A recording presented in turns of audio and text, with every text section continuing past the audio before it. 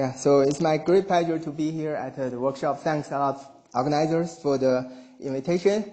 Yeah, so yeah, this is the title. Let me start. So by first saying that I'm a particle physicist. So what I usually do, this is a dark matter talk, of course. So what I usually do is that I take some principles that start from Lagrangian and I ask, does it have a dark matter candidate in this model? And then I work out the phenomenological consequences, including cosmology sometimes. Yeah, but for this talk, I think since most of you are know more cosmology than me, so I think it's better that I start from this side. So I pretend I'm a cosmologist and I take the matter power spectrum and I ask the question. I survey a list of dark matter models that can explain the Rayleigh abundance, 100% Rayleigh abundance in the universe. And then I ask, can it also predict something novel in the power spectrum? So that be my plan. So let's see, yeah, how well I can pretend. So this is the matter power spectrum, and you already the last talk already talked about it. So I'll be very brief here. So this is in the present day wave number. So the large K mode come into the horizon in the past, in the early time, and so during the radiation-dominated universe, and matter-dominated universe, they evolve differently. So that caused the change in the slope, and there is some primordial a seed of the fluctuations, and then them to gravitate, and they are nearly scale invariant and most likely from inflation. And one thing they know from this plot is that lambda CDM seems to work pretty well. So I will not break that. And so let's take a closer look. So I put the dark matter models. And the first thing is that I'm going to extend this plot to large K scales, yeah, very large K scales. If dark matter is still always cold and collisionless, this line will just continue. Yeah, and so the first model I'm going to, first set of models I will talk about briefly is the WIMP and the dark sector models. So these these candidates have been well studied by our field, and we know there is a good mechanism for explaining their origin. And so they are not always cold because they were once in thermal contact with standard model particles, the light degree of freedom, and then they freeze out. And because of the interactions between the dark matter and light relativistic particles, so the power spectrum is damped somewhere at large K. So I put a K BBN, so that's the mode come into the horizon at BBN time. And because the WIMP and dark sectors we usually talk about are much heavier than that, so the damping actually occurs very far from the data. So what I'm saying here is that these are excellent dark matter candidates for terrestrial searches like direct detection, but they are cold dark matter for power spectrum we can measure. So let's move on. And so another class of the type of damping that we mostly this talk about is about the free streaming of dark matter. So imagine we create the dark matter in the history at early time, and it is relativistic for a while. And so there'll be a damping due to the free streaming that roughly corresponds to the Hubble scale at the time when the dark matter turns non-relativistic. Depending on how fast the dark matter is made and how light it is, you can actually move the damping of the power spectrum to a lower, a smaller K, and get closer to data. And what is shown here on the plot are the CMB and large scale structure and some Lyman alpha, and actually some more data I will talk about coming, you can go a little bit higher in the K, so that it becomes more relevant for this type of models. Okay. And so the first, this is the simplest dark matter candidate I will mention is the warm dark matter. Okay. And so this is the one thing I learned. Particle physics and physicists and cosmologists have different meaning for warm dark matter. So for cosmologists, the warm dark matter is strictly defined to have a thermal distribution. So here I take a fermion, so it's a Fermi-Dirac distribution. So notice the numerator is 1. Okay, you can't modify that. And so if you assume this, there is only one parameter, the temperature, that determines the Rayleigh abundance, the number density. And then if you want it to be 100%, there is a prediction in the temperature as a function of the mass. And so for this reference mass, it's actually much cooler than the CMB photon. Okay. And the reason I put this mass here is because it's a lower bound set by the DES experiment. which is shown here. So this is a paper by the DES collaboration. And so basically what happens is that the free streaming of dark matter, or due to other reasons, they cause a damping in the power spectrum. And then through the simulations of galaxy formation, which I know little about, so then there will be a prediction in the number of dwarf galaxies as a function of the mass or the luminosity. And because of the damping, the number will be reduced at the smallest mass or the lowest luminosity. So you see the deficit here, and that gets a constraint. And what I find very useful about this paper is that the constraint is translated into the power spectrum. So I don't have to redo the simulation of galaxies. I can just take my model and find out what is the TK, and then I can set a constraint just by compare the similar curve. Yeah. And this is how the 6.5 keV dark matter, lower bound on the warm dark matter mass comes from. Okay. So now let's move on, and I'll talk about another thing, particle physics is also called warm dark matter. It's actually warmer than warm. This is called a sterile neutrino dark matter. And so what is it? It's just you have a standard model, you add a singlet neutrino called nu s, and you mix it with the active neutrinos nu a with a linear combination, and the mass eigenstate is nu 4. So that's simple two-parameter theory, a mass and a mixing angle. Okay, this is sterile neutrino. And so there is an interesting production mechanism noticed by these two gentlemen, is that we can just produce dark matter in a similar fashion to neutrino oscillations in the early universe. Yeah. And so basically, you heard of neutrino oscillations. This is U.S. This country is building DUIN, right? So you know that the Fermilab produce neutrinos, and South Dakota's will detect and see the probability of oscillation between flavors. And here I'm talking about the oscillation from active to another state, the sterile neutrinos. And in the early universe, the story is very different from today, that the neutrinos interact a lot before they decouples. So basically, if you think of this time, so the size of the horizon is much bigger than the mean free path. And this can be very helpful for us, because if you think of neutrino, active neutrino created here by a weak interaction, so then it will die at a distance away. So this is Fermilab, this is South Dakota, and there will be a probability for it to, for the oscillation to happen, right? So this is a DUIN. And the early universe create many DUINs, okay, many baselines. So then the neutrino is created again, and then it can continue to oscillate. That helps to build up the dark matter Rayleigh abundance. And so in a nutshell, the Rayleigh abundance, total Rayleigh is given by the number of number of DUINs in the early universe. So that is the gamma over h, and times the probability of oscillation in each baseline. So that is given by the mixing angle. It could be different, interestingly, at a high temperature, this mixing angle is smaller than the vacuum one. So the production is not efficient at a high T, and it's the weak interaction decouples, so the production also stops at a low T. So there is an intermediate time around hundreds of MeV where the sterile neutrino is mostly produced. And basically the height of the curve is the area below the curve is the Rayleigh. The height curve is given by the mixing angle theta. So you can work out the Rayleigh.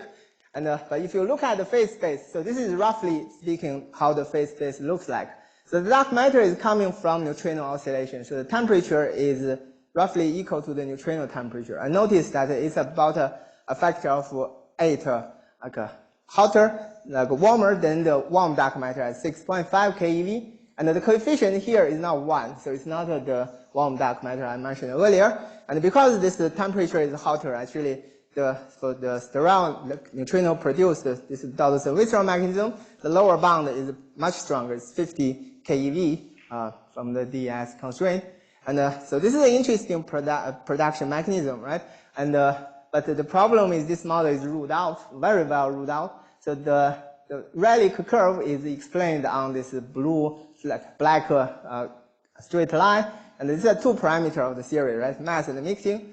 And so the DES constraint from the left, setting a lower bound 50 keV. And the upper bound, the blue region, is also ruled out by the X-ray constraint. Because in this model, there's no symmetry to make the dark matter absolutely stable. It decays into photons and neutrinos, and that's like this is mainly coming from integral, and that's upper bound on the theta.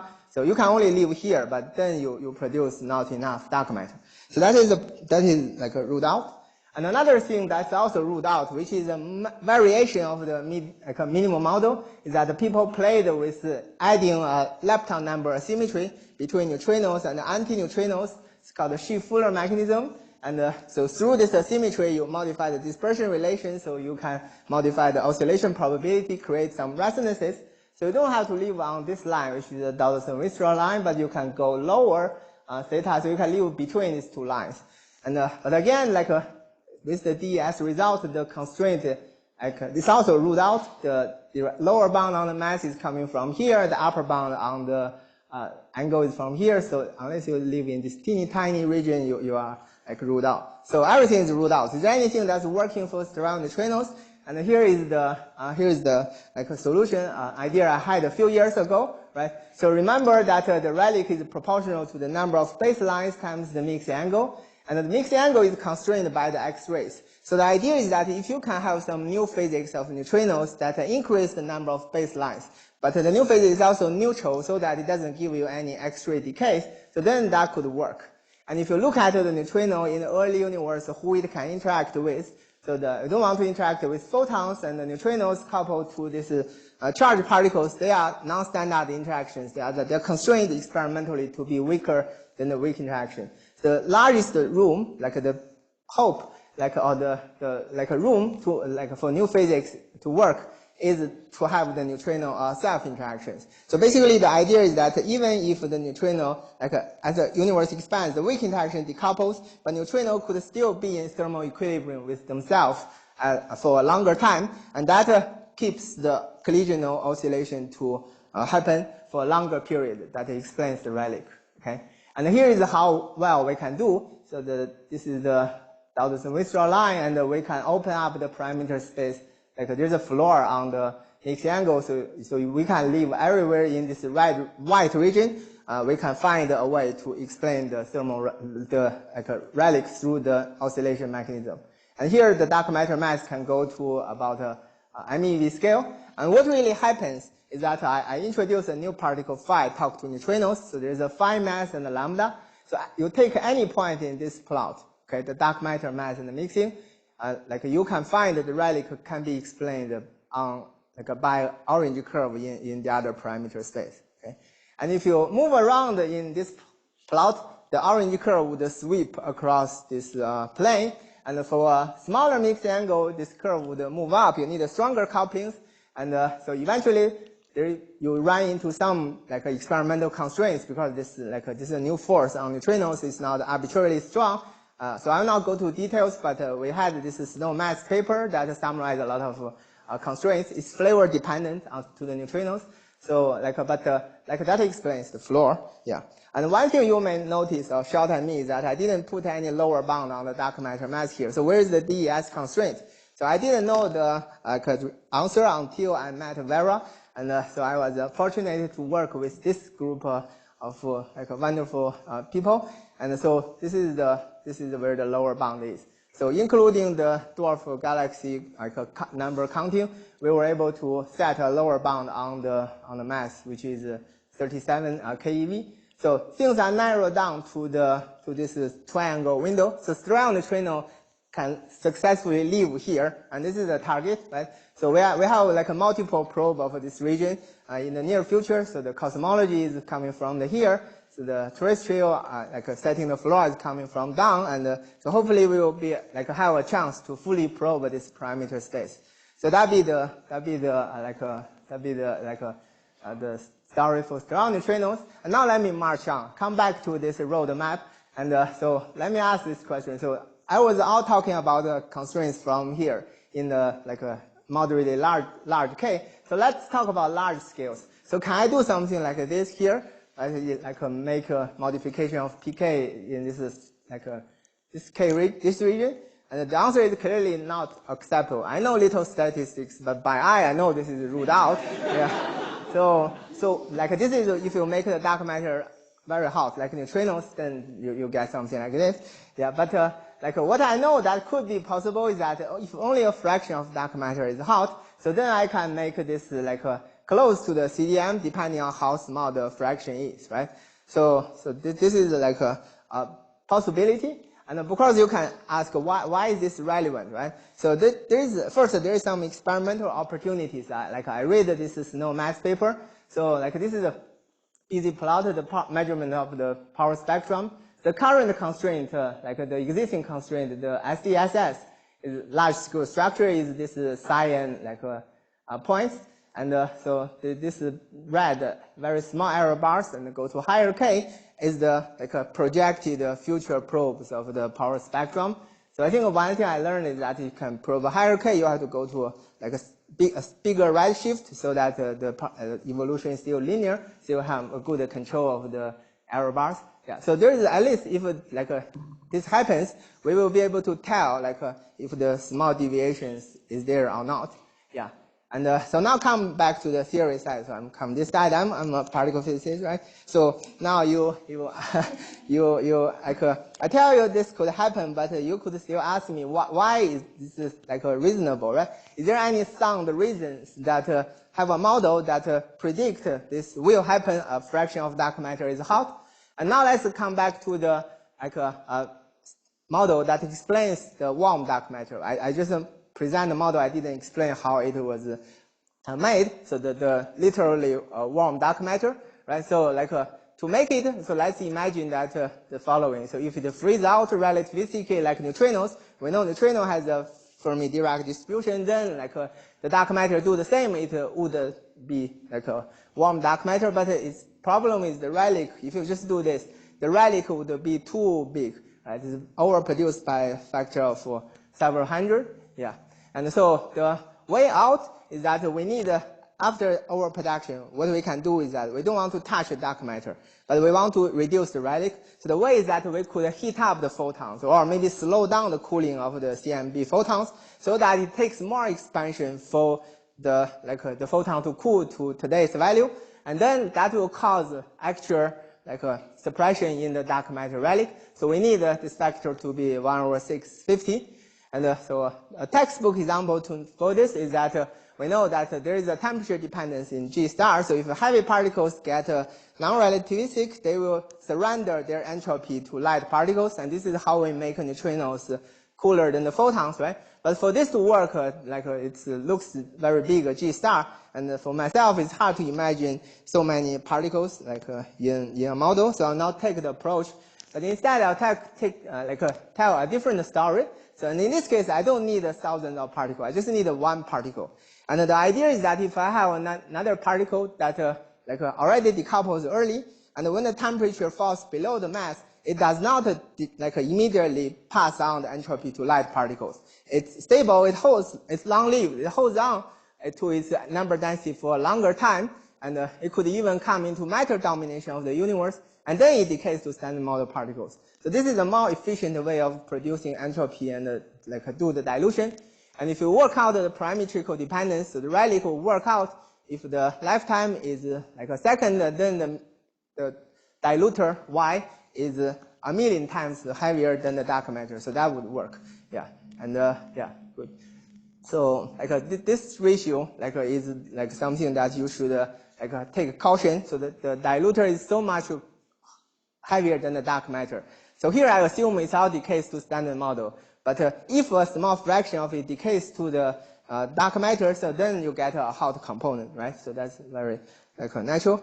And so I will not go to details, but this is just a model that explains neutrinos, gauge extensions. So in the 70s, these are built, and then in the 2010s, some 30 years later, so people realized that this the dilution mechanism can actually be realized in this model through the right-handed neutrinos and right-handed current interactions.